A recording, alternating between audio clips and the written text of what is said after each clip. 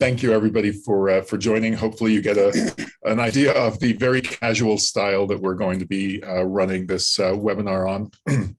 I think we're all sort of exhausted after a couple of years of webinars, so we're really excited to make this hopefully a little bit different. I'm excited to introduce you to our three experts, our three panelists, the one and only Chris Hartley, the extraordinary Matt Wilson, and the truly legendary Joel Shine. And I'd actually love to have them introduce themselves. And why don't we start with you, Joel? Okay. Good morning / afternoon, everybody. Joel Shine. I am a recovering home builder. I retired a couple of months ago, but prior to that, I had run 2 different home building companies and 2 different funds that invested, one in land, one in home building. And if you add those up, it's about 40 years of kicking around this business. And the best thing about being in home building was I ended up being brought in to take over a bankrupt home builder in Utah, which allowed me to move to Park City. Fantastic.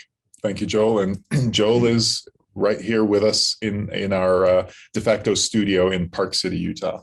So thanks for joining us here. Why don't we go to Mr. Chris Hartley? All right, well, I'm excited to be on here with some of my favorite people, and I got to meet Joel last week, and he's a lot of fun. So next time I'm in Park City, I'm definitely going to be hanging out with Joel because he's got some great one-liners I need to borrow. Chris Hartley, VP of Sales for Hovnanian Homes in Dallas-Fort Worth. Been in the industry almost 20 years now. Love doing webinars, love sharing and focusing on how to help this industry, because as all of us on here know, and as all of us on here believe, we just love what we do, and we love helping as many people as we can get through any obstacle or challenge. And as Joel said, this has been an industry that loves to help one another. I mean, there's no secrets in home building. And we discussed that, pre-COVID and even since COVID, we are an industry to help one another grow and become better. And that's what this webinar is all about. So I'm excited to be a part of it. Thanks so much for those words, Chris. And Mr. Matt Wilson. Yeah, hey, everybody. Fun to be on. Excited to go to Utah, meet you guys. And I think Chris and we can go to that tailor you guys are using too, right? So can you guys check that up for October? But that's good. My current role is a little bit different, but I'm with a private builder, Maronda Homes. In my past role, I was executive vice president of innovation. So I oversaw all the technical, a lot of fun things, and that job was awesome. But now I'm into the ops side of it. So I'm a division president, stepping in and kind of doing the day-to-day. But technical is still my big background, and just really appreciate being here. And, I'll leave enough time so Chris can talk a lot. So. Thank you all. Thanks very much. And again, we'll have to find a way to capture some of the behind-the-scenes moments and share them with the attendees, because these guys truly are funny. You guys are great. So today's topic, as you all know, is future-proofing the home building business, the home building world. And yes, I think most of our attendees are sales and marketing, but we'll have a little bit of operations as well for any economy. So how do we future-proof these businesses for any economy? And we're going to start out with a little bit of a state of the economy today, state of the market, and some perspective. And it's hard to find someone who can give us more apropos perspective and more lengthy a perspective, with all due respect. Thanks. Than our friend Joel, who's seen a few ups and downs in your 20 years, 15 years. I don't want to go with the 40, but too many. So we'll start there. We're then going to go to some techniques and tactics around people, process, and technology that these experts are using. And then finally, we're going to leave everyone in the audience with takeaways from each of these experts. So I'm really excited to have each of them have a bit of a focus area, and we'll delve into that at the end. In the meantime, please do post your questions. I can see some of the comments here on the right-hand side. So please feel free to comment your questions, and we'll do our best to integrate them into the conversation dynamically. So with that, let's go to Mr. Joel. And Joel, please tell us a little bit about your take about the state of the market, the state of the economy today. All right. Well, first of all, caveat, I'm not an economist, which is good because they're always wrong. I'm only usually wrong. Basically, when I think of the housing market, I think of it in terms of real basic economics, supply and demand, and then what I call friction. And either friction can be friction or grease, depending on how it's working. So let me break it down real quickly. One of the things that happens is the minute home prices start to go down a little bit, everybody starts running around saying, oh, it's 2009 and the world's going to end and the Chicken Little game begins. And I want to point out some facts on the ground that convince me that that's not the case. And it is not the case. Number one, at the great financial crisis, we went in with multiple years of wildly overbuilding. There was way too much inventory, so you had excess supply. If you look around in any commodity, homes, cars, water bottles, if there's excess supply, price goes down, period, hard stop. We're not there now. In fact, coming out of the financial crisis, we underbuilt tragically for a long, long time. Only in the last several years have we gotten back to the levels we should be at. And so my theory is that the first 2, 3, 4 years of underbuilding really was just paying the price for the years of overbuilding. And then since then, we've just been accumulating a deficit. So on the supply side of supply and demand, I think the market's in pretty good shape. On the demand side, likewise, we have crazy low unemployment. We have a lot of job growth. We have job mobility, people moving around. As a result of work from home, we have a lot of people thinking differently about where they want to live. And remember, for housing, just the fact that you decide to move anywhere is a good thing for us. We live on transactions. So on the demand side, you've got growing income, tons of home equity. I forget how many hundreds of billions of home equity has been created. I think it's over $1 trillion already. So that equity can be traded up with. So the demand side's good. And then on top of that, you've got the millennials, big bulge in the demographic pipeline, coming into their home buying and are now becoming every day a bigger and bigger percentage of the buying public.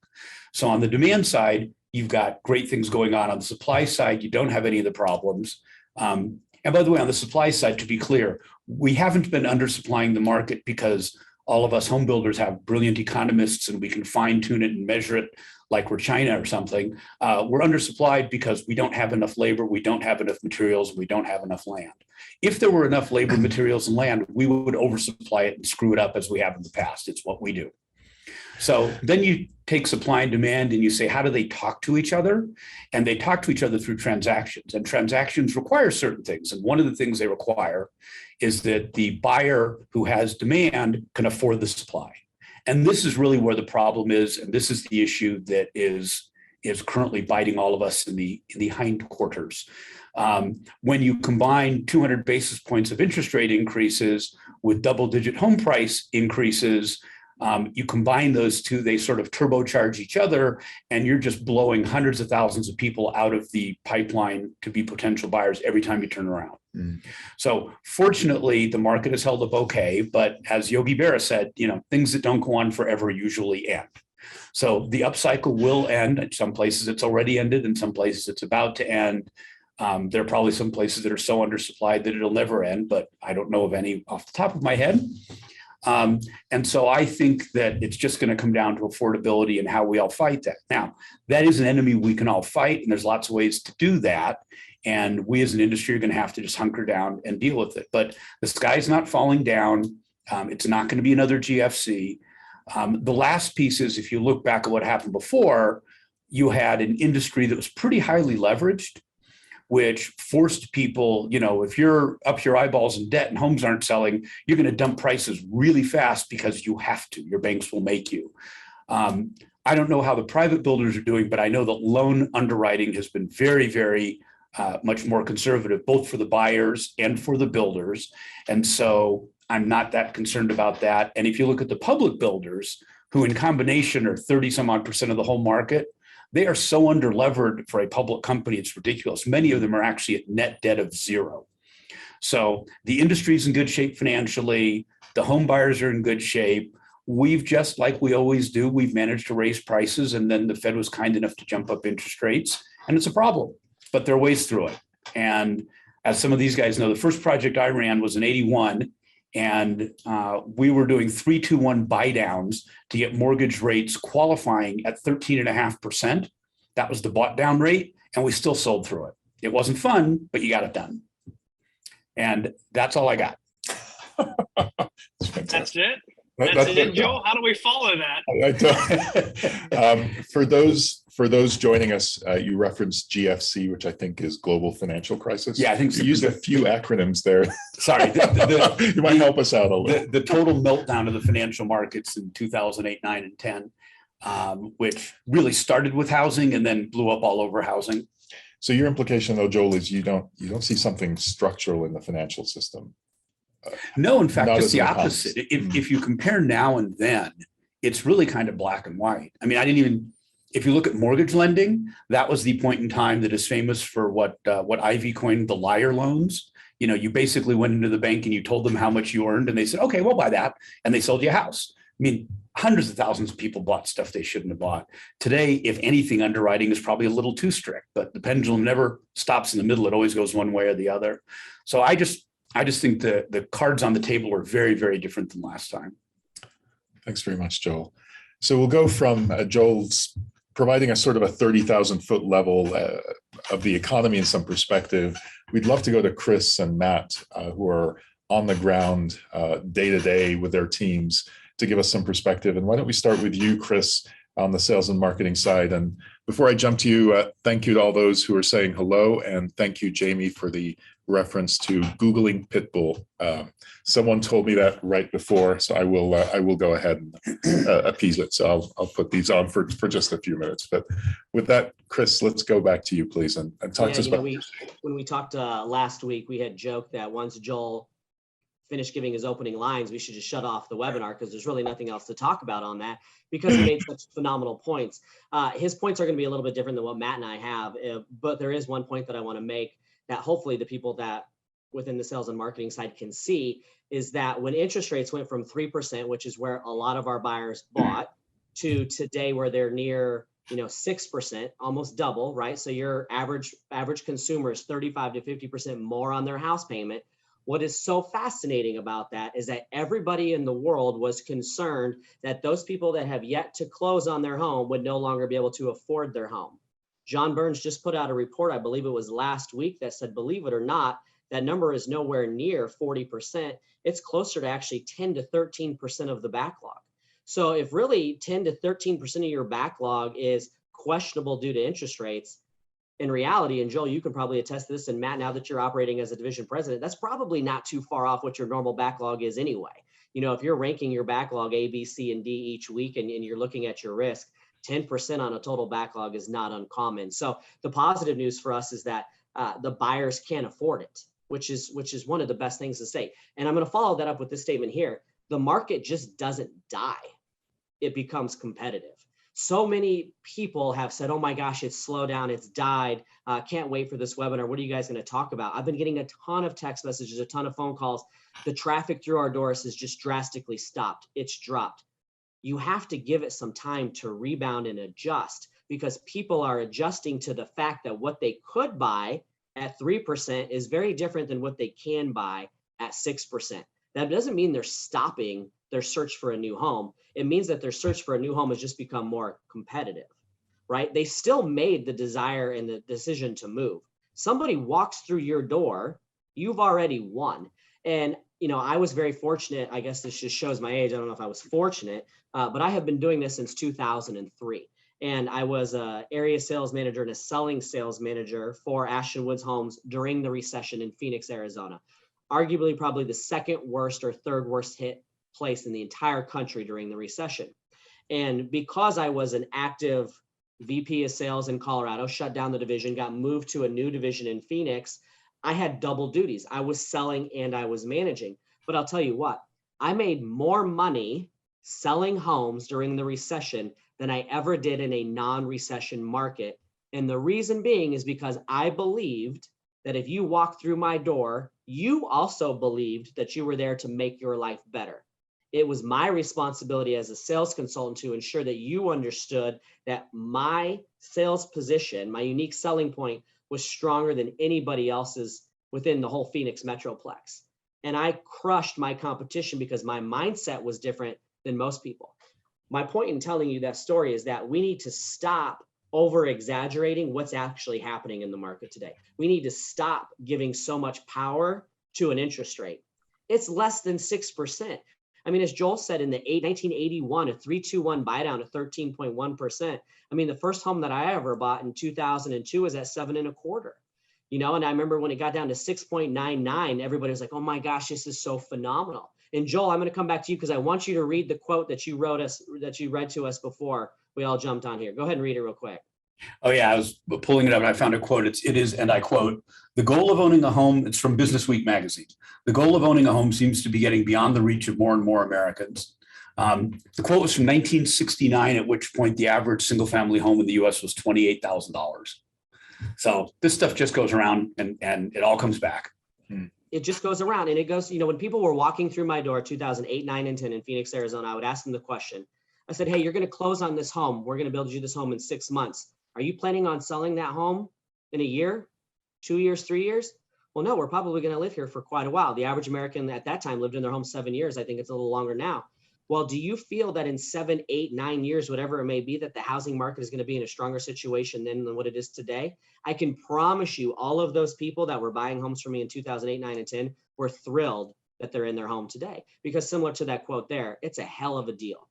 Real estate is cyclical, and we have to understand that we are giving too much power to the negativity. And I think the media just increases that. So it is our responsibility to diminish that power that the interest rate is giving us and understand that it's okay. It's just going to take a little bit of time to rebound. Thank you so much, Chris. Let me ask you this quick follow on. Your outlook today versus your outlook, say, in 2018 or 19, a couple of years pre-COVID, how would that compare? And again, recognizing the momentary situation that we might be in today and or what we went through with COVID, 18, 19 conditions versus now conditions. I'd say we're normalized. You know, I don't, that's the thing. It's like everybody's panicking that we're heading into some negative aspect of this industry, when in reality, you know, I'm very blessed to be in Dallas-Fort Worth. Let me put that out there. We did 60,000 new homes, but worst case scenario, they're expecting our market to drop down to the mid 40s in permits. Well, before COVID happened, the mid 40s is where we were anyway. And it was still a phenomenal market. So again, let's just look back and understand that we're not in a bad market. We're not in a good market. We are in a normalized market. And this just means things are more competitive. And if you are really good at your job, you should be excited to be in a competitive market, because that's where you're going to shine. How many bozos and how many people in this industry have been promoted that are complete dipshits? And I apologize for using that word, but they don't know anything, but they're getting promoted because their market is strong, or they're looking amazing because their market is strong. And in reality, they're a subpar person in this industry. This is just going to make the cream of the crop rise to the top. And it's going to make all of us that actually truly care about this industry look that much better. Thanks so much, Chris. Let's go to you, Matt, and get your perspective. You've been in this for quite some time, and I love that you're going to come at it from more of an operations division president perspective at this point. I'd love to hear your take. Yeah, so now I know never to say I get a promotion to Chris Hartley, so I learned that one. Jeez. But, you know, I think, to reiterate what Chris said, this is where good builders that learn how to do this will be great. Because the funny thing nobody's mentioning is we had to learn how to deal with all the supply chain issues. And guess what? We got processes and we got better at that. Things are getting better on supply chain. You know, it's not saying that our garage door company is making more garage doors, but we're prepared to order them so far in advance that we know how to do this. We started to streamline our processes. So everybody sits there and they're like, man, what's going on? You're not selling homes. And, you know, we've learned a lot of things. And yeah, I think the order taking is done. But I also think you're going to see teams and builders that got better with supply chain, got better with processes, got better with technology, are going to start taking market share. And when you start taking market share, that's when you can be a bigger threat and start growing your company. So, you know, I hear the doom and gloom. In my opinion, looking from the ops side, I think people just are sitting back a little bit and waiting to see where things go. But they're still out there. We've had more traffic in the first 8 days of this month than we did all last month. They're coming back. So we just have to be ready for them to come back. And, you know, the other thing is as prices go down, we have to realize we have a backlog to manage, and you just can't cut prices, because then you're cutting your backlog and you're gonna alienate who you are as a builder as well. So there's a lot of good things coming. And, you know, my sales director said the cool thing. He said, I live for this moment because this is when we're going to take market share. So I'm excited about that. And, I'm excited to be a part of this. And anytime I get to be with Chris and Joel and Bassam, this is going to be a good time. You're kind, buddy. Thank you so much. Well, thank you all for this perspective. What I'd love to do now is leverage your expertise to talk about tools and techniques that you're seeing that are relevant and apropos today around people, around process, around technology. And I'd love to have it be an open discussion. And again, if you have any questions in the audience, please don't hesitate to pitch them in, and we'll do our best to integrate them. But maybe we'll start with the folks who are on the ground, Chris and Matt. Thoughts on people, process, technology, tools and tactics that you're using. Hey, Chris, let me go first so I can get a few words in before you. I was waiting for that, Matt. Thanks. All right. So, the one thing I'm a big proponent of is having tech in home building. If you've ever seen me speak, and I've spoken at a lot of events, I think build online is the way to go, and I will stand by that. When we're talking about millennials, Gen Zs, they don't want to talk to people. So with that being said, tech should be the forefront of every home builder. And I don't just say that for build online. You may never get there. Houses are complicated. I have no issue with that. But the way you manage your business, you should have one single source of truth in your back end. It's really nice that I can go in and I can see everything that's going on with my business, from how many quotes we had to how many pens, how many prospects, the whole way to where my houses are in construction. A big deal during COVID is, how do you forecast? I mean, Chris will tell you, how many times at the end of the month were you like, man, I've got to get 20 more closings. I don't know what happened. I had them at the beginning of the month. So if we use the tools and technology we actually have, and I think everybody, I see there's 37 other people on here, I think we all know we're a little behind in home building. I bet we could talk to Joel, and he was doing stuff 30 years ago that we're still doing today. So I just think we need to start, we need to start leveraging the tools that are out there and moving forward in that direction. So that's kind of my 2 cents where we need to head. Matt, do you think it feels like it takes, and I mean, even from my perspective as a relative newcomer to home building, it feels like there's sort of a need for a tech champion within a builder for tech to ever really make it. Because it has been done the same way for a very, very long time, and there's comfort in that. Do you believe in that hypothesis, or can those who've never been exposed to tech, and not necessarily Atlas tech, by the way, obviously we're all fans of tech because we're talking here, but does it take that sort of person in the company, or can any builder just endorse it and figure it out? Yeah, well, I mean, selfishly, I'm going to say, yeah, it takes that person, because I felt like I was kind of that person at our company. Yeah.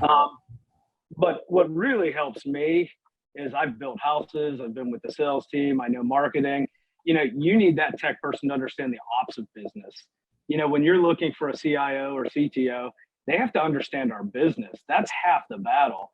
When I sit there and talk to some of these high-level CIOs, they have all the big buzzwords and all those things. But if you don't actually know how we operate and how things progress in home building, all you're doing is adding a widget here and a widget here. You need the full process. So, I always, and Chris has heard this a million times, because I've spoke with Chris a million times, it feels like, but I always think you need to get the silos down and actually go out there and live the day-to-day of what your teams are doing. And then you can actually go make progress, because when I make a decision and I'm sitting at the top, I go, man, it's going to work this way. But when you actually go do it and live that, it normally doesn't work anything how you thought it does. So I think there needs to be a tech presence, but with a home building background. And quite frankly, I bet every organization has that person. They just haven't tapped them yet. Well, and I think that's all right, Matt. And I would tag on to that. There's a culture issue, right? You need to run a company where, from the CEO to the superintendent, there's a culture of wanting to use technology to improve the business, and a culture that says, just because I did it the same way last year doesn't mean it was the best way to do it.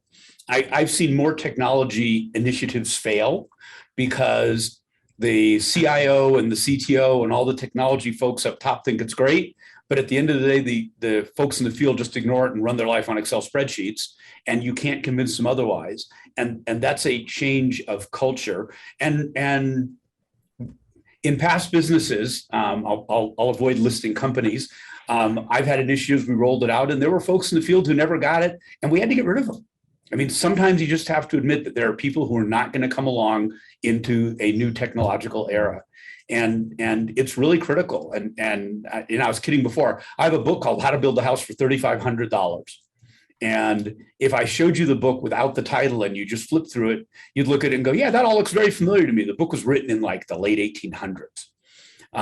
And we still do things very similar. And shame on us for that, for all of us. So you need people who are intellectually nimble enough to change.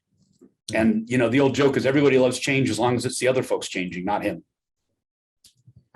Well, and both of you guys bring up awesome points, and how I got to know Matt was through 40, I believe we were 40 under 40 together, and I got to hear him speak, and he's got a phenomenal background. And I remember thinking, gosh, he is so on top of it for how young he was at the time. And this was probably what, 5-6 years ago. I mean, he's still young, but the fact of the matter is that he has gotten to where he's gotten in his career because he does think steps ahead of everybody else, but he thinks steps ahead because he utilizes the technology that's out there. But he also brings up a really good point. You have to have those that understand the business side of the technology. To Joel's point, there is a famous quote that says technology will not replace the salesperson, let's say salesperson or construction manager, but the salesperson or construction manager that utilizes technology will replace the ones that don't.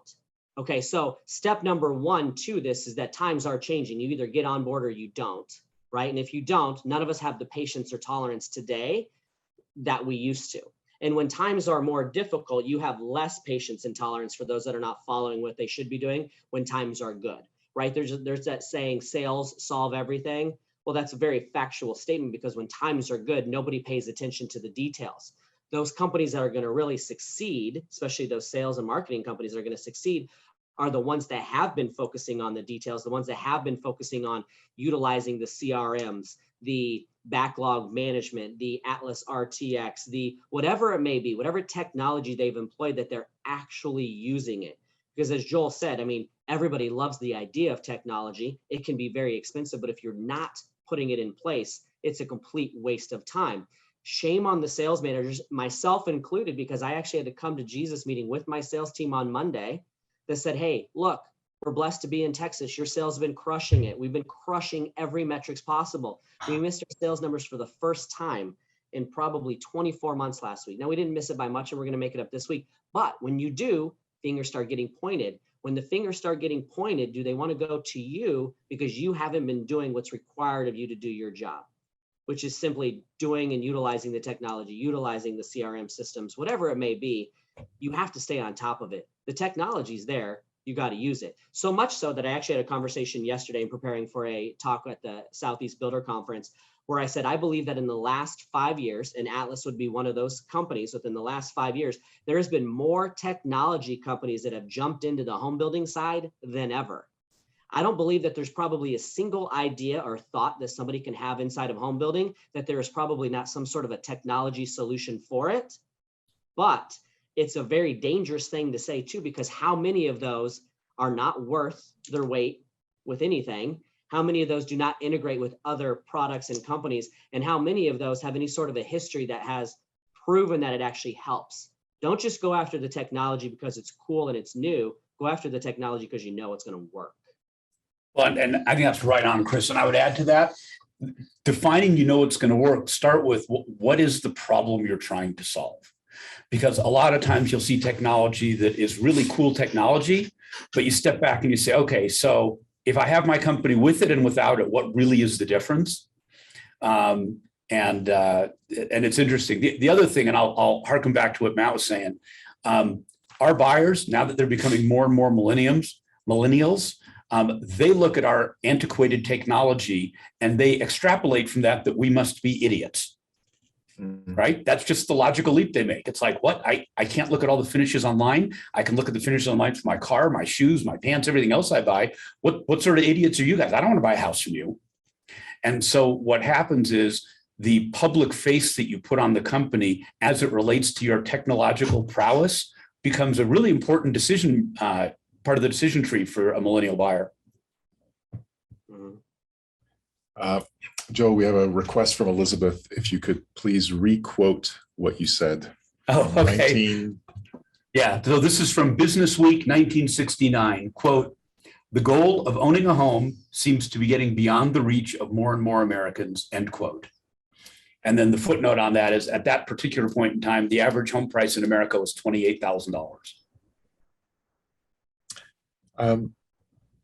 Going beyond technology and talking a little bit about process, are you seeing a need for a meaningful process change over the last couple of years? We've talked about the point in the past around the habits that we're building, the techniques that we're using, may bite us because we're getting accustomed to these. Are there meaningful process changes that you're encouraging or introducing right now? Matt, do you want to take that? Well, yes and no, I guess. You know, building a house is similar to what we've always done, but the one difference is all the external differences. So just like Chris said, the sales team now feels the panic just like the buyer on interest rates. Well, if you do like Chris and Joel said, hey, it's not that bad. You know, the processes are changing because people are getting that fear mentality. So how we manage that, the different incentives we do. I mean, I'll be honest with you, I never thought we'd do a rate lock incentive, but we're doing them. So, and then in the field, the big processes, and this might be a blessing in disguise, actually. When everything went to hell, we figured out really quickly what we had to do to try to source materials. And what came out of that was a lot of processes, a lot of meetings discussing, hey, we need garage doors. How do we order them?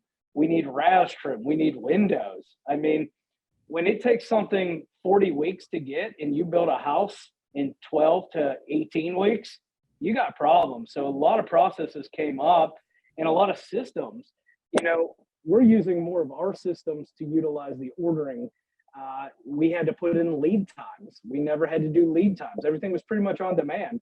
So now our PO system actually has lead times built into it. So a lot of processes have changed, and just the mentality of our workers are changing too. As our older, more seasoned builders and salespeople are kind of phasing out and going into retirement, a lot of the younger people expect to come in and it just be like, here you go. And in reality, it's not like that. This business is not like that. And, I think one of the big processes is training the future.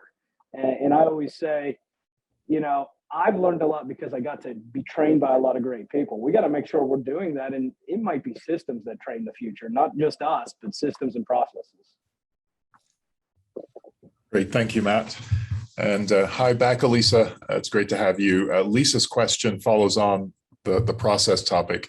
Can you quantify, are people actually purchasing a home online, or are the needed tools leading you to the in-person connection where you contract? I guess it's probably coming to me. So my vision is people would buy a house beginning to end online. I've done it. I have the software. We can show it working. There is two sides of that coin, though. Depending on your price point, you still want to touch something, so there is two sides of that coin. And buying a home is a huge process right now. For some people, it's the biggest purchase of their life. And what's funny is when you're online, you ask your mom, you ask your dad, you ask your friends, you're always asking these people. And unless they're good influencers for you, you still need that salesperson to be like, well, did you think about this? Did you think about that? So I think currently when you see any builder doing the buy online, it is influence online. Then come to somebody that's educated, can teach you. Mortgage rates, mortgage information is not that easy either.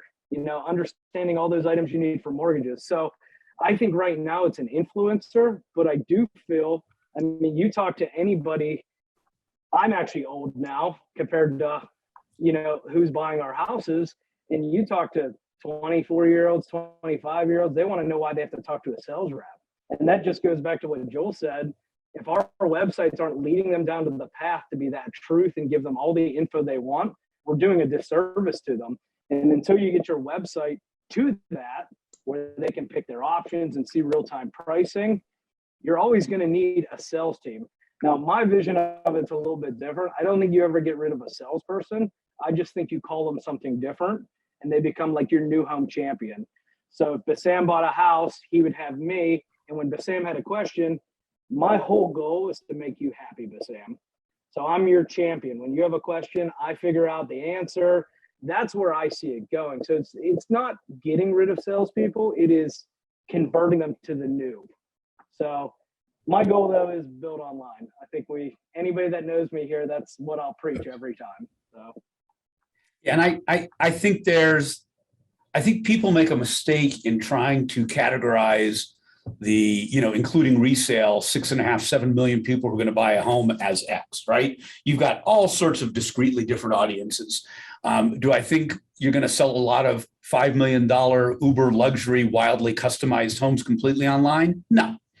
Do I think that the LGI Horton Express model for somebody who just got relocated from one city to another and needs a place to live and they're a millennial and they're tech savvy and they've bought everything they've ever bought online, do I think that person will buy online? Absolutely.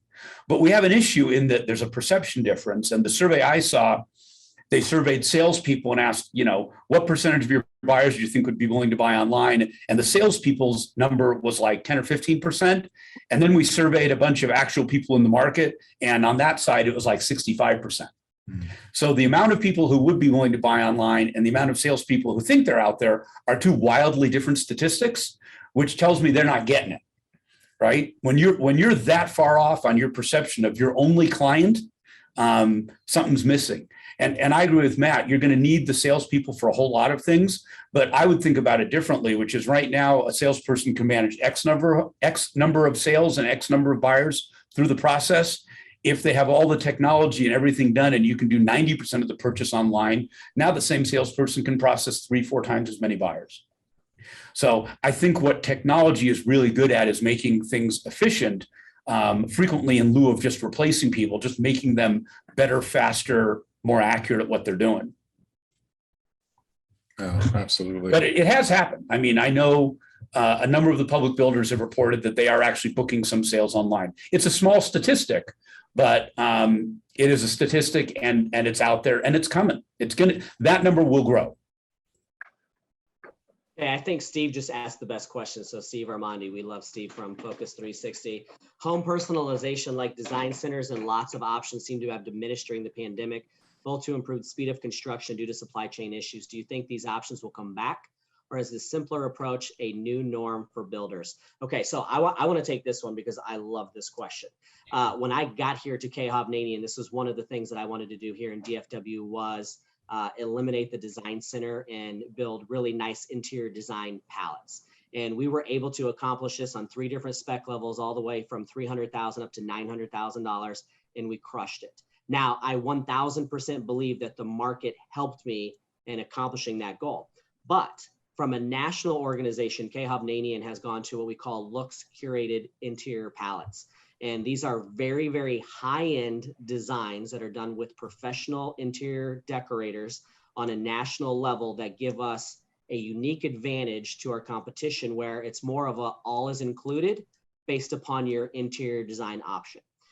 I'm going to back up a little bit and say that what we have done that has been so successful is that we have married the digital assets with the in-person assets, meaning we have been able to sell homes in DFW, which this is an expensive home for us, over $1.1 million completely online, to Matt's point, completely online, without anybody walking into a model home. Now, granted, yes, they drove the community. They knew what they were getting, but they purchased it online. They made an offer online, sight unseen, meaning they didn't get to touch anything, off of the digital assets. So it can be done, and it can be done in markets that people didn't think they can be done. Here's what I love about Matt is we can go ahead and say that Matt is the Elon Musk of home building, since Bassam's the pit bull of home building. Matt does believe that you should have the option to purchase a home completely online, and that you're going to call new home sales consultants new home champions. I don't disagree with that fully. I do believe that there will always be a place for the sales person in the sales team. The role will probably change. It has already changed, and it'll probably change even more so in the next 5 years. This is proof when you see companies like Ford just make an announcement that they're completely selling their online vehicle, their electric vehicles online only, right? So you're starting to see this take shape. Companies like Focus 360 that specialize in doing such a really nice digital asset. Do you need multi-million-dollar design centers? We're showing that you don't need them. Now, what we are doing though is we are allowing the buyers to see, touch, and feel the actual product inside of the homes as well. So yes, you are going online to Hovnanian, khov.com today. You are going and you're picking out your plan. You can pick out your exterior color. You can pick out your options. You will get a real life price today. And our prospects are literally walking in the door that our sales consultants have never met before and say, this is the exact house that I want. Holy shit, how easy is that for a salesperson now? Because they're not asking 6,000 questions of, have you been on our website? What did you like about our website? What floor plan? I mean, people are literally walking through and saying, this is the house I want. Where can I put it? And the pricing is accurate. And then they're coming in and they're confirming their selection by being able to see, touch, and feel the option in person. I think the entire industry has changed, and I think it's going to continue to change. I hope to God that we don't see ourselves revert back to old habits, because I don't think we need to. Just like I hope to God we don't revert back to pricing up to price down, meaning large incentives, huge discounts, all these kind of things. I think that's going to be the death of our backlog. I think it's going to be the death of our industry. And I don't think that we need to be offering crazy, stupid bonuses to realtors, all this kind of stuff. We need to stick to what we've gotten through the last 2 years and believe that we learned something. Because the biggest tragedy in all of this will be if we revert back to 2019, 2020. I really believe that. And Chris, I would tag on to that. There's a great book called Paradox of Choice. And I would say nobody should design a design center without reading this. And I can't lay claim to any creativity. It was actually sent to me by Steve Hilton over at Meritage. And the gist of it is that every time you go into a design center and you see 47 different types of dark hardwood floors, while your buyer may say, isn't that great, there's all these choices, and you may think, isn't it great, there's all these choices, they're actually going to be less happy with the choice than if you just gave them a half a dozen. And it's been shown time and time again. The book quotes a gazillion different studies. It's very well sourced. And I would say nobody should sit down and design a design center without reading that book, because we have been kidding ourselves in terms of how many choices we give people. They don't want that many choices. And the psychology of it is well proven. I'm certainly not going to speak up on home building with the three of you in the room, but I'll tell you, across industries, from a customer experience perspective, and I appreciate you bringing up automotive, one of my favorite industries, Chris, but every customer experience everywhere is going to digital first, self-service enabled, with messaging digitally as the interface between us and the brand. Like, everybody's doing that. It's how you buy a Tesla. It's how you buy a guitar. It's how you interact with Amazon. It's how you order an Uber. I mean, every experience is moving in that direction. So I really, really believe in the themes that we're talking about here. And I love the reference to, if you're a millennial or a Gen Z for sure, your perspective on what we make you go through just to buy a home, or just to find out what the price is, or to we it's as crazy. an industry have always made the process so difficult, and there are parts of it that none of us on this call have any control over. We can't tell the FHA what to do with their documentation. We can't tell appraisers how to operate. We can't deal with escrow rules and deed recordations and all the other title insurance and all the rest of it. But what we can control, we just need to make easier. I used to always tell the folks in my old company, why are we going to somebody and say, buy this house from us? It's the biggest expense you're going to make in your life. And man, are we going to make it tough for you to get to the finish line? Why do we do that? Ego. I think it's just that we're stuck in the mud on some of this stuff. And the places where we as builders don't have the ability to change it on our own, we should start lobbying for it. We should have simplified loan docs. There should be easier ways to do all this stuff. Barrett, thank you for your question. I'm sorry that I only now noticed it. It looks like we did address it though, but thank you for asking that. Shannon is asking, I think she means me, but I'm honored that I was confused for you, because it says, can you repeat what you said about digital first? Unless you said something about that. Yeah, I mean, our running rule at Mild Home Building Company was you always want to think about the visit to the sales office as their second visit to the company, right? Their first visit to the company was to the website. If the chatbot gave them a bunch of BS that they didn't understand, if the pricing on the website was out of date, the rest of it, we've just telegraphed to them that we don't know what we're doing. And so it's the kind of thing that doesn't seem important, but it's all perception. It's like, you know, when a past mayor of New York said the way we're going to stop crime is by taking all the graffiti off the trains, and people thought he was crazy, but the message is sent was you take care of the little stuff and people perceive you as taking care of everything. If your website is on it and the options there, even if it says, hey, on this one you got to call somebody, that's okay, but have it all connected, have it all work, have it all be intelligent, and have it look like Tesla, have it look like you know, name another good consumer brand company. Well, I think Apple would be fitting with your Steve Jobs shirts on. So Apple would be a good one. I got to button it up if I'm going to do the Steve Jobs, but yeah. Yeah, there we go. There we go. And their haircuts. Yeah. Yep, and their haircuts. And the haircut comes with the shirt. Package deal. Fantastic. We'll do just one more question before we do some takeaways from you. Deanne's asking, so automotive does a great job with online sales. How do you see the online sales consultant role changing in the future for home building? Do you think both on-site and online remain necessary, or do we evolve into more of just one combined role? That seems like a question up your alley, Chris. I see the world evolving similar to what Matt sees, is that the sales consultant will almost be a new home champion, right? But people do, to Joel's point, people do start online. That's not even a question, where they start online. They look for assistance. They look for help, whether that be both with AtlasRTX or in person or a marriage of both, right? The role of the OSC is going to become more important today than ever. And I'm a huge believer that the OSC be one of the most intelligent people on the team, because if you can't inform your online sales team to the best of their abilities, then when a consumer calls or contacts them and they don't get the answers they want, they're moving on to the next company, because they're going to see that as a lack of respect to them, that somebody didn't take the time to know their business and their craft enough. So remember, it goes back to the old sales saying, is that people come out to your model home not to select you. They come out to your model home to knock you off their list. Same thing with an online sales counselor. If you can't give them the answers that they want, whether it be a chat bot or a human, then they're going to move on to the next company, because you no longer are in the running, because you don't deserve their business. And I do think, to answer the question a little more specifically, I don't see either role going away. I think you're going to need both. And again, let's not fall into the trap of assuming that all 6 million home buyers are cut from the same mold, right? Different people need different things. You have to cover all of your potential audiences.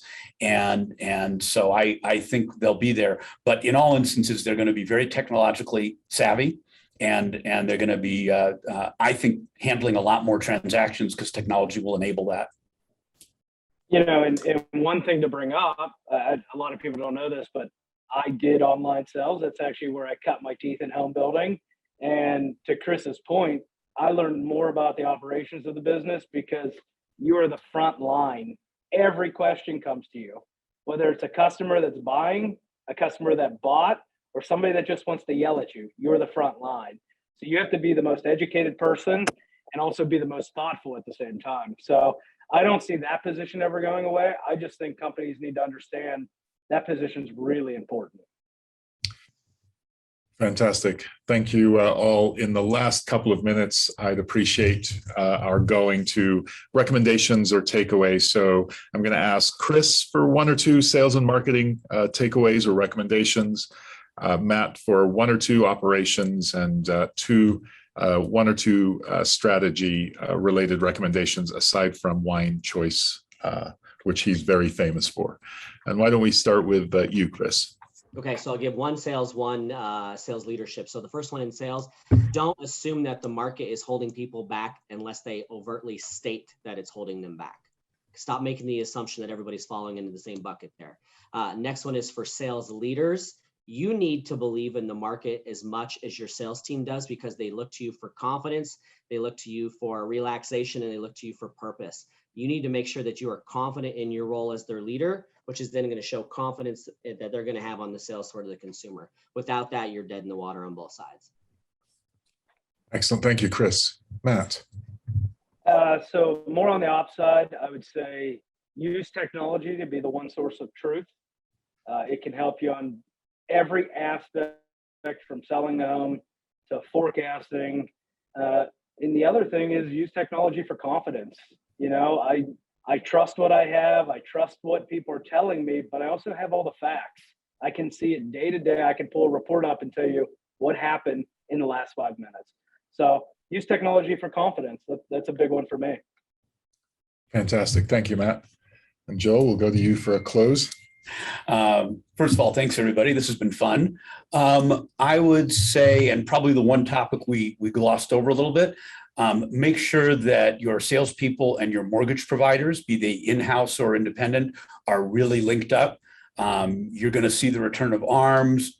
You know, if the enemy you're fighting is interest rates, use a different loan structure. 30-year fixed rate mortgages are a uniquely American phenomenon. The rest of the world doesn't have, I mean, few places.